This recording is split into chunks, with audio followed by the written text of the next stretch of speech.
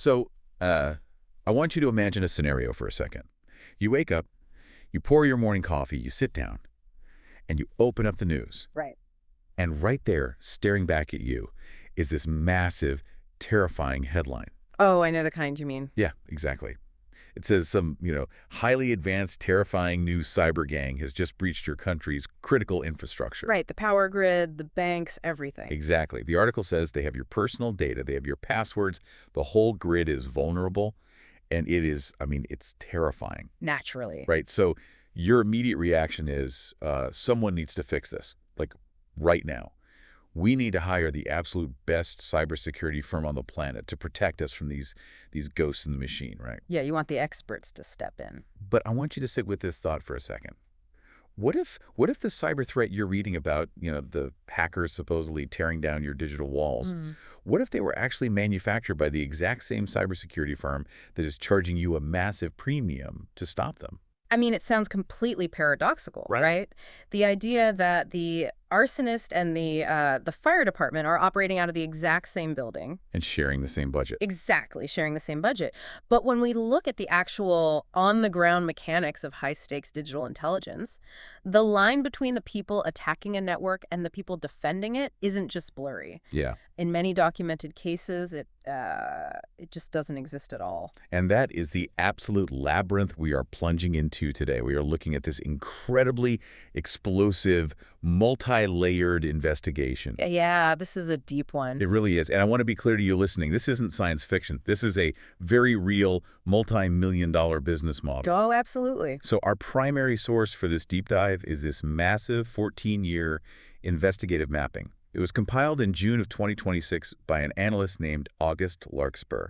A really dense document. Unbelievably dense. The document is titled The Birth, the Genesis, the Machine, and the Flapwings. Catchy title. Right.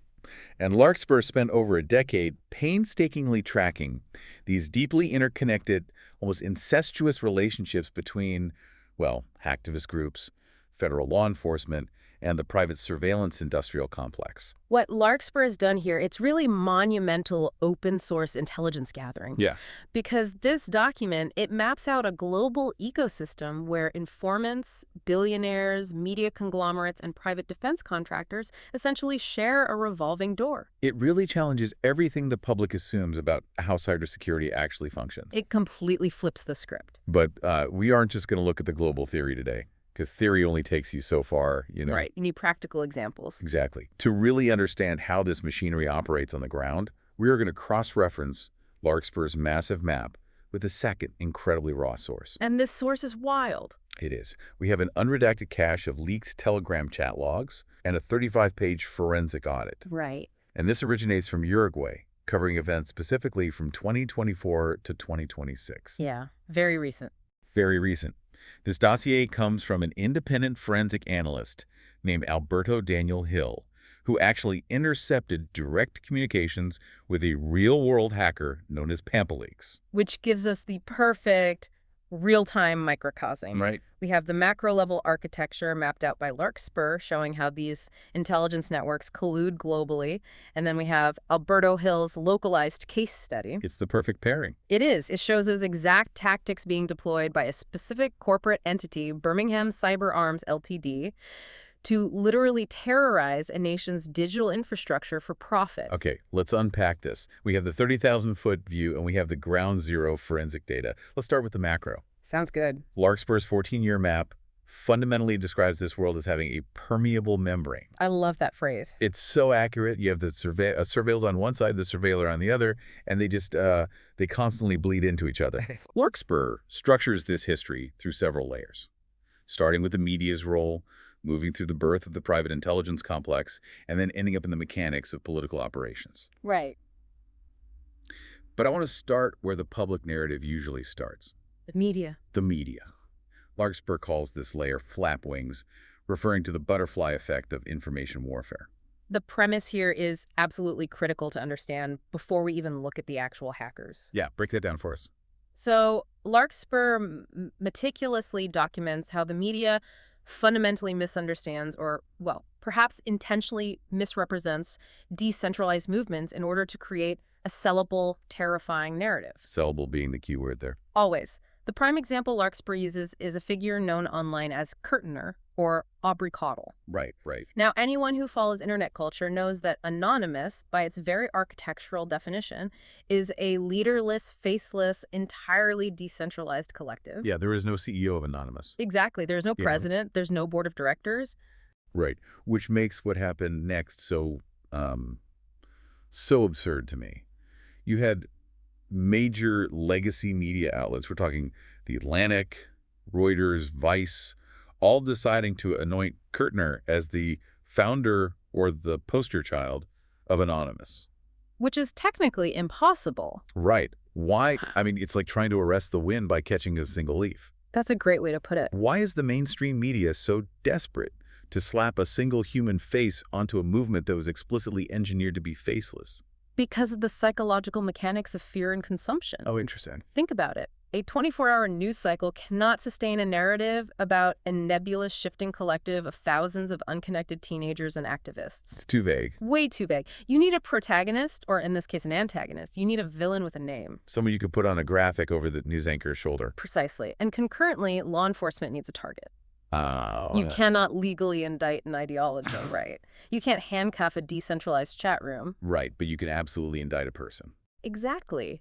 By elevating figures like Kurtner, the media creates a tangible, consumable narrative that law enforcement can then act upon. But Larkspur's point is that by hyper-focusing on these supposed, masterminds, the public completely misses the actual wizards behind the curtain. Oh, entirely. If we connect this to the bigger picture, the real power in this ecosystem isn't the guy sitting in his basement in a Guy Fawkes mask. Not at all. The real power lies with the private contractors who build the surveillance technology. The ones making the real money. It's the companies that profit from the chaos that the media is busy amplifying, and that brings us to the next critical phase in Larkspur's map. What he calls the birth. Right, the birth, focusing roughly on the years 2010 to 2012. This is where the story really pivots from hackers just being a nuisance to hackers accidentally exposing the military-industrial complex's digital upgrade. Yeah, this was a massive shift. Anonymous executed these massive breaches on private intelligence firms,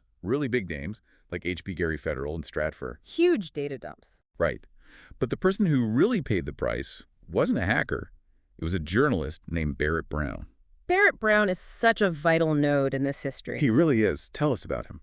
So, he didn't execute the hacks. He was an investigative journalist who saw this massive dump of leaked corporate emails and realized, hey, there is a massive story hidden in this data. But it was too much for one person. Way too much. Yeah. So he created a crowdsourced platform called Project PM to comb through millions of documents. Which is brilliant, honestly. It was. He essentially weaponized the collective research power of the internet to analyze the private intelligence sector. And what did Project PM actually find? Because reading through Larkspur's summary of these exposed contracts, it's genuinely chilling. Oh, it's terrifying. This wasn't just companies selling, Norton antivirus software. No, not at all. This was the discovery of a shadow infrastructure that the public and, frankly, many lawmakers didn't even know existed. Right. Brown and his team uncovered corporate networks operated by former CIA personnel, companies like Abraxas and Cubic. Unbelievable. But more specifically, they exposed the actual tools being developed. For example, they found a $2.76 million government contract for a software called Tartan. Okay, hold on. I want to pause here because Larkspur refers to Tartan as sock puppet software. Yes. What exactly does that mean mechanically? How does a piece of software manipulate public discourse? So a sock puppet is essentially a fake online persona. Okay. What Tartan and persona management software like it allowed an operator to do was control dozens, if not hundreds, of distinct online identities simultaneously. Wait, simultaneously. The software would generate fake IP addresses, distinct browsing histories, and unique behavioral patterns. Oh, they don't look like bots. Exactly, so that social media platforms wouldn't flag them as automated bots. That is wild. A single private intelligence operative could sit in a cubicle in Virginia and create an entire artificial consensus on a forum or a social media thread. So they could make it look like 100 real people were all agreeing on a specific political point. Right. They could astroturf a political movement, derail a conversation, or artificially amplify a specific narrative, making it look like thousands of real, everyday citizens were organic participants. That is deeply, deeply unsettling. They're literally building the tools to manufacture reality. Yes. And it wasn't just tartan. Brown exposed companies like Trapwire, which was building facial recognition and predictive surveillance network. Like Minority Report stuff. Very much so. And he exposed the early mechanics of Palantir. A name we all know now. Very well known now. He also found programs like InfraGard, which essentially acted as a VIP back channel connecting the FBI directly to private corporate security divisions. So all these massive corporations had a direct line to federal law enforcement. Exactly. And this is where the system fought back. Right. Barrett Brown exposed the architecture of the surveillance state and his reward for crowdsourcing this investigative journalism. It's so grim. The FBI raided his apartment. They raided his mother's house. His mother's house. Yeah. They hit him with dozens of charges. And he was ultimately sentenced to 63 months in federal prison. Which is staggering. 63 months. They threw the absolute book at him. They really did. He was targeted far more aggressively than many of the people who actually breached the servers in the first place. Because if you look at it from the perspective of the intelligence apparatus, stealing data is a localized vulnerability. Right, it's just a leaky pipe. Exactly. You patch the server, you change the passwords, you move on. But exposing the covert structure, showing the public how private corporations and federal agencies are fundamentally intertwined in mass surveillance, that is considered an existential threat to the business model. Wow. The system has a much harder time patching public awareness. That makes so much sense. But throwing Barrett Brown in prison obviously didn't stop the machine. No, it just forced it to evolve. Which brings us to the section of Larkspur's report he titles The Genesis and the Mechanics. And this lands us right in the chaotic center of the 2016 U.S. election. A very messy time. Incredibly messy. Now, I need to pause here for a second and make something explicitly clear to you, the listener. We are about to discuss some highly recognizable political names and organizations. Right. We're talking about people like Alexandra Chalupa, the Democratic National Committee, Peter Thiel, and various federal agencies. Important context here. Very important.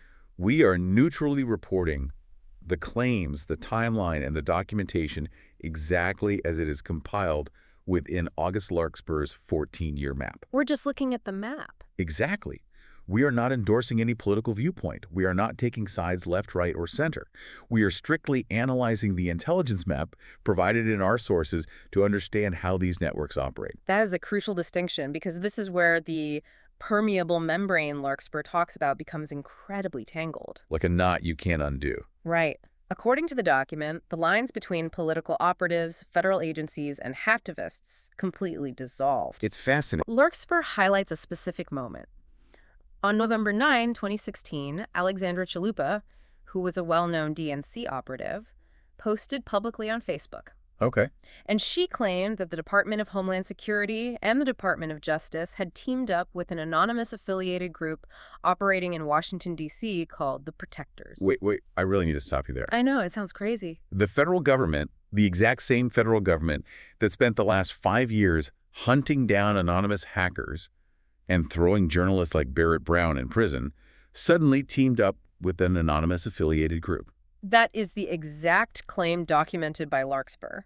How does that even work? To understand how that is even possible, you have to look at the central hinge connecting these worlds. Okay. Larkspur points to a man named Neil Rauhauser. Rauhauser. Rauhauser's name appears everywhere in this ecosystem. He is alleged to be the primary operator behind the Protectors, working alongside a convicted bomb maker named Brett Kimberlin. So Rauhauser is the bridge. Exactly. But he isn't just, playing around on Twitter.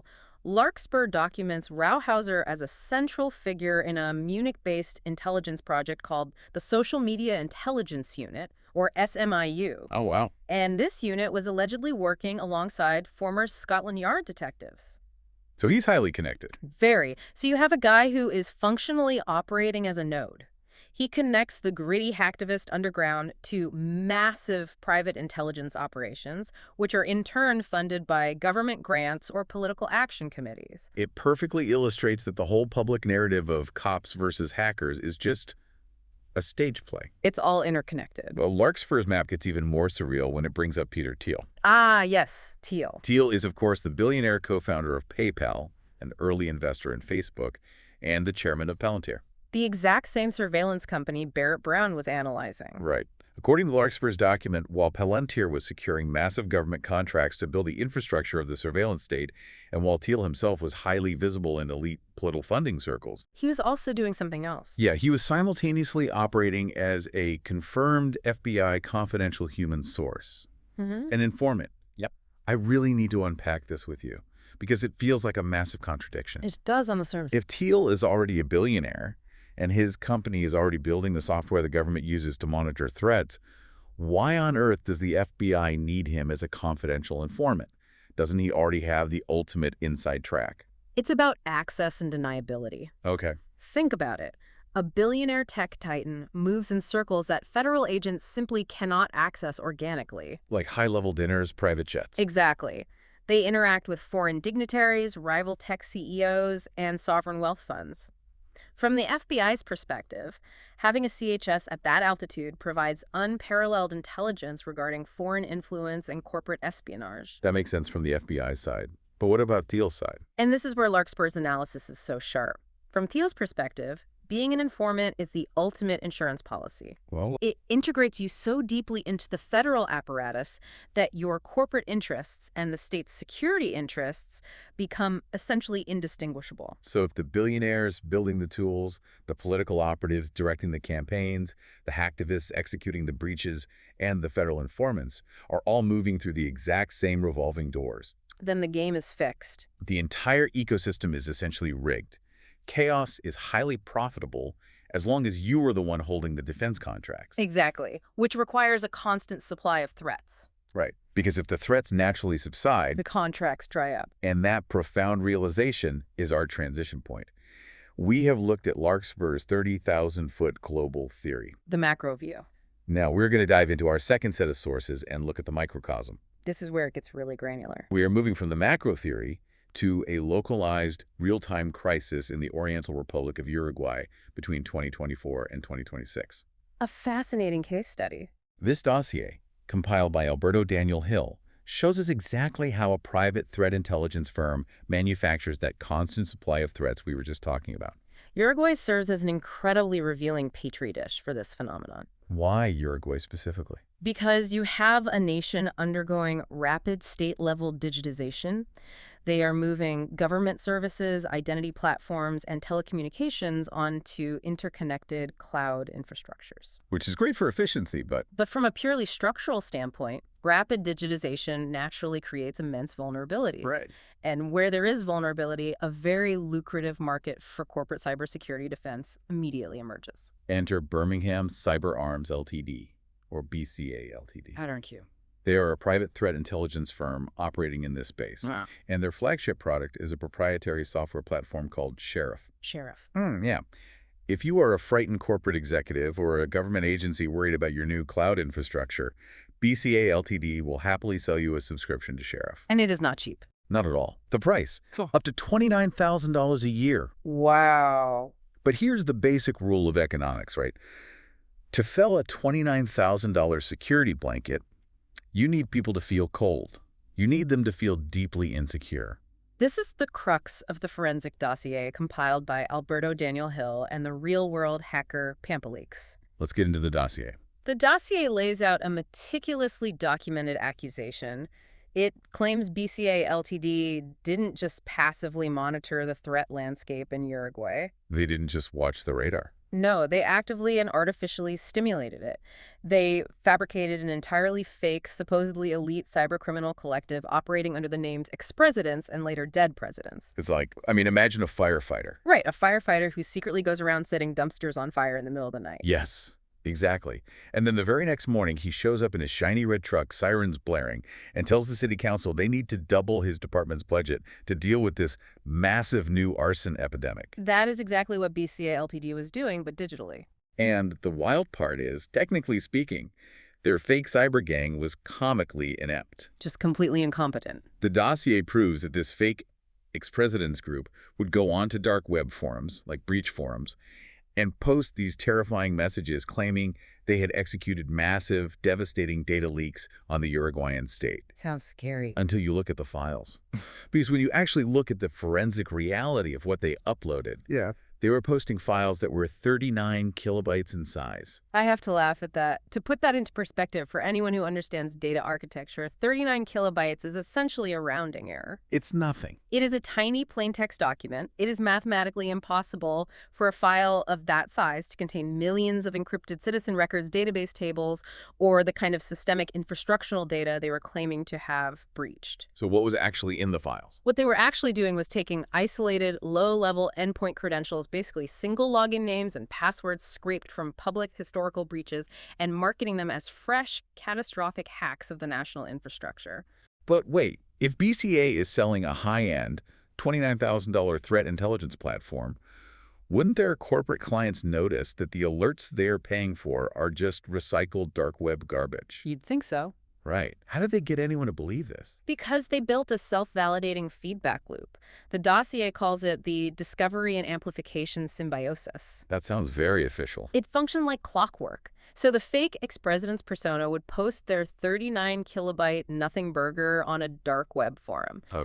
Within an hour, sometimes even less, the official verified corporate Twitter account for BCA LTD would blast out an urgent alert. New cybercrime intelligence, massive breach of Uruguayan infrastructure discovered by our sheriff platform. Wow. So they create the crime and then they discover it. It is a closed-loop disinformation ecosystem. They create the threat anonymously, they discover the threat corporately, and then they sell the monitoring of the threat commercially. But even with that loop, you still need the general public and the policymakers to panic, right? And you don't get national panic from a corporate tweet.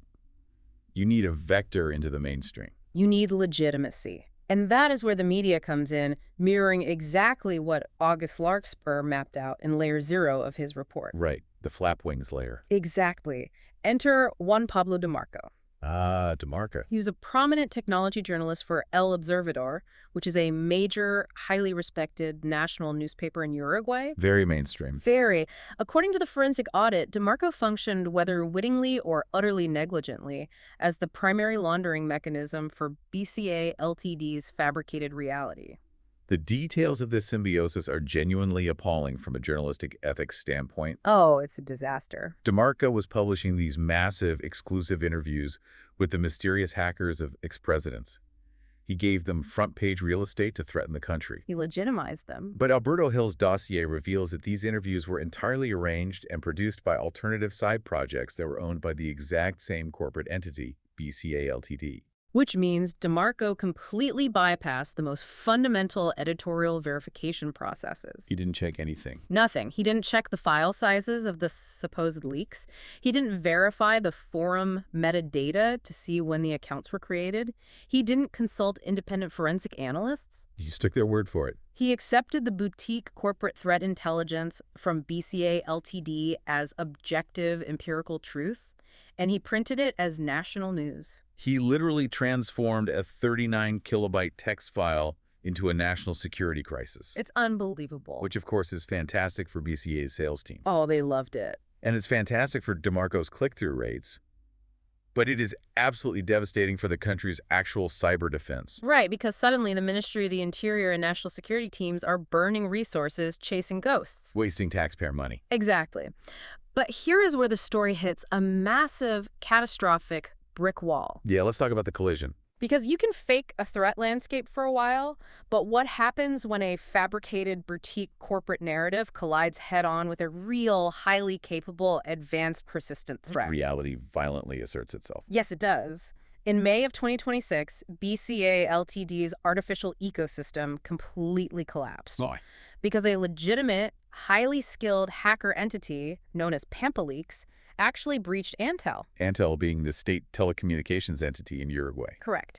Specifically, PampaLeaks compromised the TUID digital identity platform, and this wasn't a 39 kilobyte text file. No. This resulted in a confirmed systemic 8 gigabyte server leak. 8 gigabytes of highly sensitive structural data versus 39 kilobytes of scraped passwords. This is a real catastrophic breach of the core infrastructure. A completely different lead. Now, you would think a cybersecurity firm like BCA LTD would be thrilled, right? A real threat. Time to use that $29,000 software to fight the bad guys. You'd think so. But the TUID hack actually induced a state of sheer panic inside BCA LTD. Complete panic.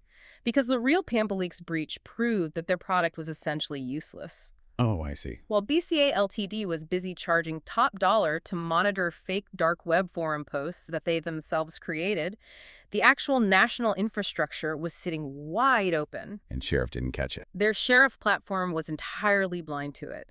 If their corporate clients realized they were paying for theater while the real house was burning down, those lucrative contracts would vanish overnight. They'd lose everything. So BCA LTD is cornered. They desperately need to regain control of the narrative. So what do? They try to steal the credit. Right. They decide to try and steal the credit for the real hack.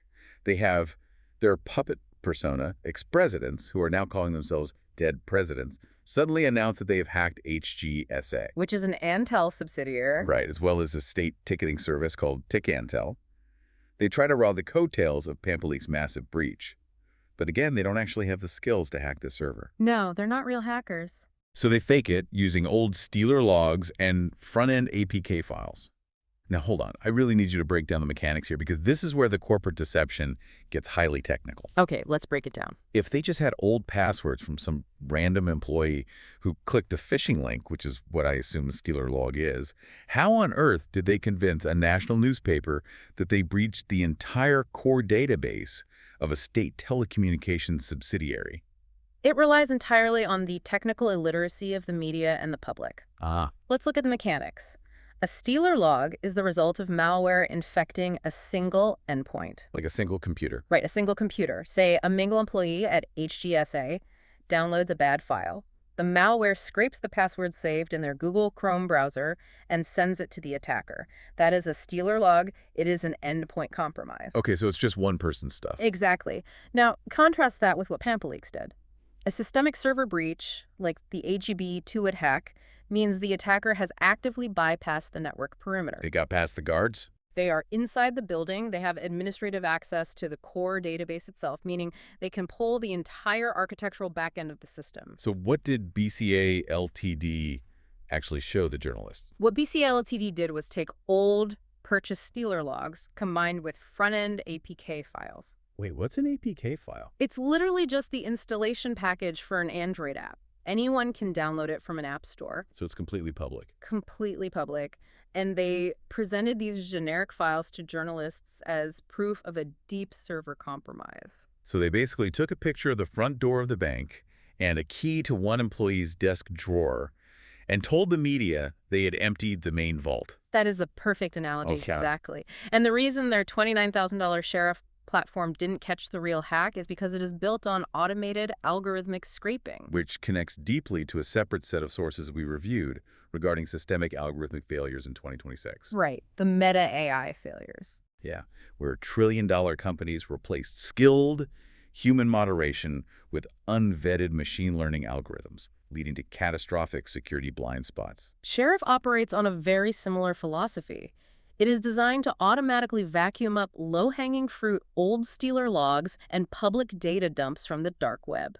But it can't see the real threats. It is utterly incapable of identifying a silent, highly sophisticated attacker bypassing a perimeter in real time. And PampaLeaks, the real hacker who actually bypassed that perimeter, is sitting there watching this private corporation fake a hack to steal his thunder. And he is not happy about it. He does not stay quiet. PampaLeaks goes onto his official Telegram channel and publicly humiliates them. He calls out dead presidents and BCA LTD directly. What does he say? He posts, staging a fake hack to try and latch on to what we actually did to Antel. Don't come back, boys. You're embarrassing yourselves. It is a truly remarkable moment of digital irony. Isn't it? You have a state-level threat actor publicly fact-checking a private intelligence firm's marketing campaign. The hacker is demanding forensic accuracy from the cybersecurity company. You can't make this stuff up. And we actually have the raw, behind-the-scenes conversations as this exact moment was unfolding. The Telegram logs. Yes, I want to read directly from the leaked Telegram chat logs between the independent analyst Alberto Daniel Hill and PampaLeaks. This conversation took place on May 20, 2026. This is raw intelligence. Exactly. So Alberto messages him, Buenas, Alberto, ¿qué tal? Tengo información de primera mano. Sobre todo el caso PampaLeaks. He's saying he has first-hand information about the case. Right. And PampaLeaks replies, confirming he is the founder. But more importantly, he clarifies a massive misconception that ties right back to Larkspur's report about the media needing a syndicate. Oh, this is crucial. PampaLeaks says, Pampa no es un grupo, es una persona. Pampa is not a group.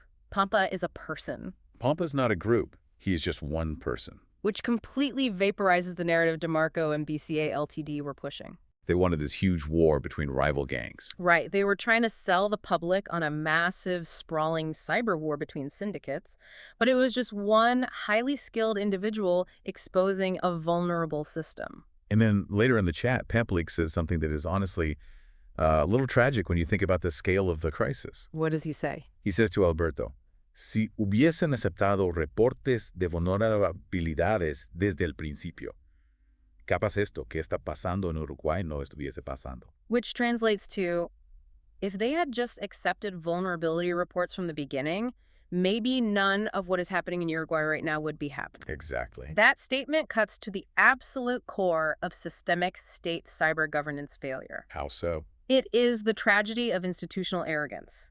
When governments and corporations refuse to engage with ethical researchers, when they ignore vulnerability reports because they don't want to look bad. They're just sweeping it under the rug. Right. And they essentially guarantee that those vulnerabilities will eventually be exploited by hostile actors. They prioritize their public image over actual security, and the citizens pay the price. So let's look at the board right now. BCA LTD has been humiliated publicly by a real hacker. Yep. Their fake HG S.A. narrative is falling apart under basic forensic scrutiny. Their $29,000 software looks completely useless. So how does a cornered corporation eliminate its competition and silence the truth? They go on the offensive. They launch a retaliatory doxing campaign. Yeah. And they completely subvert the journalistic process to legitimize it. This is where things get really dirty. On May 19th, 2026, just days after PampaLeaks humiliated them, El Observador published a blockbuster exclusive by Juan Pablo DeMarco. Another exclusive. Right. The headline was designed to go viral. A fight between cyber attackers exposes the identity of the alleged leader of PampaLeaks. The article claimed that a massive forum war had broken out between PampaLeaks and ExPresidents, and that ExPresidents had successfully unmasked the mastermind behind the Tuit hack, forcing PampaLeaks to flee in terror. I remember reading this in the dossier, and my jaw actually dropped, because the entire premise of that front page national security story was a complete, verifiable fabrication. Completely fake. The forensic audit dismantles it piece by piece. First of all, the article claims PampaLeaks deleted his accounts and fled in terror. Did he? He didn't. His Telegram channels were suspended by the platform itself for terms of service violation. Oh, which is totally standard. Yeah, which is a routine automated occurrence when you post stolen data on Telegram.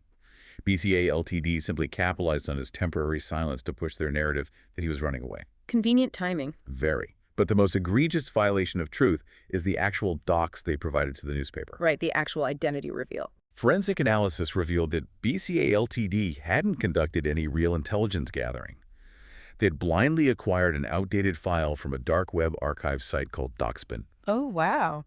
And this docs had been executed by an anonymous, completely unrelated actor nearly a year prior. It had absolutely nothing to do with dead presidents, BCA LTD, or the Antil hack. So who was the big bad mastermind they supposedly unmasked? Right. Who was the terrifying criminal mastermind of the Uruguayan digital underworld that warranted a front-page expose? Who was it? It was a 19-year-old kid. A 19-year-old? Yeah. His alias was Vladdy, or Uruguayo 1337, and he wasn't the leader of anything. He was a low-level former collaborator whose entire skill set consisted of functioning as an authorized reseller for an automated Telegram bot called PampaBot. Hey, what does that mean? He basically sold data lookup tokens for cryptocurrency. He was a crypto kid. That's it. That's it. He had zero capacity, zero skills to execute an advanced persistent threat attack on a state telecommunications infrastructure. The real-world consequences of this fabrication cannot be overstated. It's terrible. By subverting journalistic verification, DeMarco and BCA LTD didn't just lie to the public.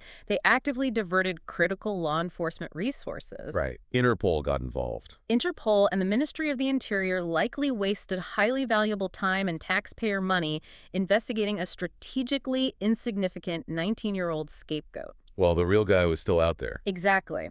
While the police were chasing a teenager based on a corporate lie, the real PampaLeaks remained entirely active, completely untouched, and frankly laughing at them in Telegram chats. It is infuriating. I just cannot wrap my head around the media failure here. It's a systemic failure. How does a major national newspaper not verify this? How do you not check a file size or look at the dark web forum metadata to see that the docspin file is a year old? Basic journalism. Right. Or even just question the incredibly convenient timing of the corporation handing you this intelligence before publishing a front-page story that dictates police action. It points directly to the perverse incentives of what analysts call the feudal security model. The feudal model. Explain that. In this model, truth, verification, and actual civic security take a backseat to click-driven media prestige and corporate subscription models. Everything is driven by profit. Exactly. Okay. Journalists are pressured by the 24-hour news cycle. They need exclusives, they need fear, they need clicks. And what do the corporations need? Corporations need a constant perception of danger to justify their exorbitant contracts. When a commercial entity's financial survival is tethered to the severity of the threat landscape, the temptation to artificially manufacture that threat becomes overwhelming. It's a toxic loop. The media acts as the PR wing, the corporation reads the contracts, and the public is left entirely vulnerable to the real threats. So if the private intelligence firms are faking hacks to sell software, Right. and the national media is laundering the lies without checking them, Right. and the police are chasing the wrong targets based on those lies, who is actually telling the public the truth? That is the million-dollar question. This brings us to the final section of our deep dive and the introduction of the counter-movement. Enter the Cassandra of Montevideo, Alberto Daniel Hill. Alberto Daniel Hill is a truly fascinating figure, largely because his pursuit of radical transparency is forged in profound personal trauma. Yeah, let's get into his backstory. To understand his methodology, we really have to look back to 2017 to a highly controversial case known as Operation Bitcoins. Okay. Hill was a legitimate cybersecurity professional who became the first jailed hacker in the history of Uruguay. First ever.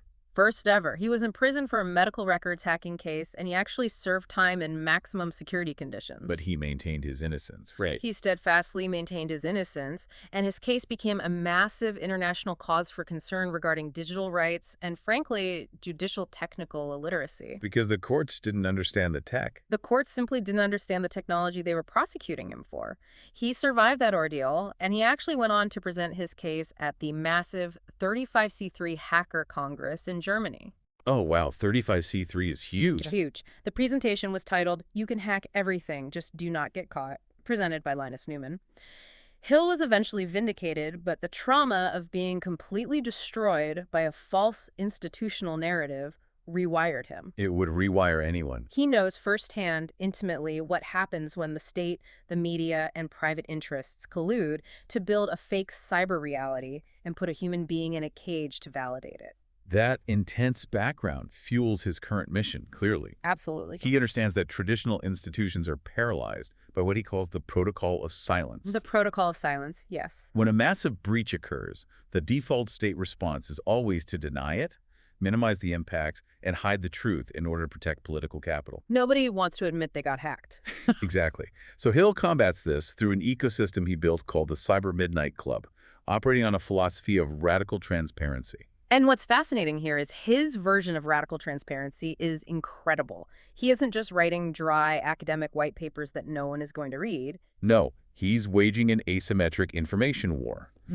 Look at his technical methodology first. He developed something called the predictor protocol. How does that work? According to the analytics in the dossier, he cross-references intercepted audio signals from underground networks with empirical forensic data. And the results are staggering. He achieves an 88% to 100% forecasting precision. 100% precision. That's almost impossible in threat intel. I know. He actually predicted a catastrophe known as the digital hurricanes 11 days before it hit the mainstream news. The predictor protocol is so effective because it bypasses the sanitized corporate threat feeds. Hill taps directly into the raw primary telemetry. Like the actual forums. Right, the Tor forums, the encrypted Telegram syndicates, the actual chatter. He monitors threat actors in real time as they debate target selection and sell administrative credentials. So he sees it happening live. He has the ground truth while the corporations are still looking at old, scraped Steeler logs. But having the truth isn't enough if you can't get the public to pay attention to it. That's the hardest part. And this is genuinely my favorite part of the entire investigation. How does Alberto cut through the noise? How does he bypass a government's protocol of silence? He uses art. He uses culture. When the Tuid Cloud security failure happened, he didn't just write a blog post about API key mismanagement. He released a Spotify track, A literal song. a literal music track called 8 Gigas de Nada, 8 gigs of nothing. Hmm. The lyrics directly mock the state's failure. It says, they sold us the cloud, the ultimate fortress, but left the API keys lying right on the table. What is fascinating here from a strategic standpoint is the brilliance of using cultural vectors in mimetic information warfare. Mimetic warfare. Traditional media has been deeply corrupted by PR spin and corporate access, as we saw with DeMarco. The general public is completely desensitized to technical jargon. If you talk about server architecture, their eyes just glaze over. I know mine do. Right, but a song, a comic book, that bypasses cognitive filters. It makes the abstract, highly technical threat tangible, emotional, and engaging. And the comics are absolute genius.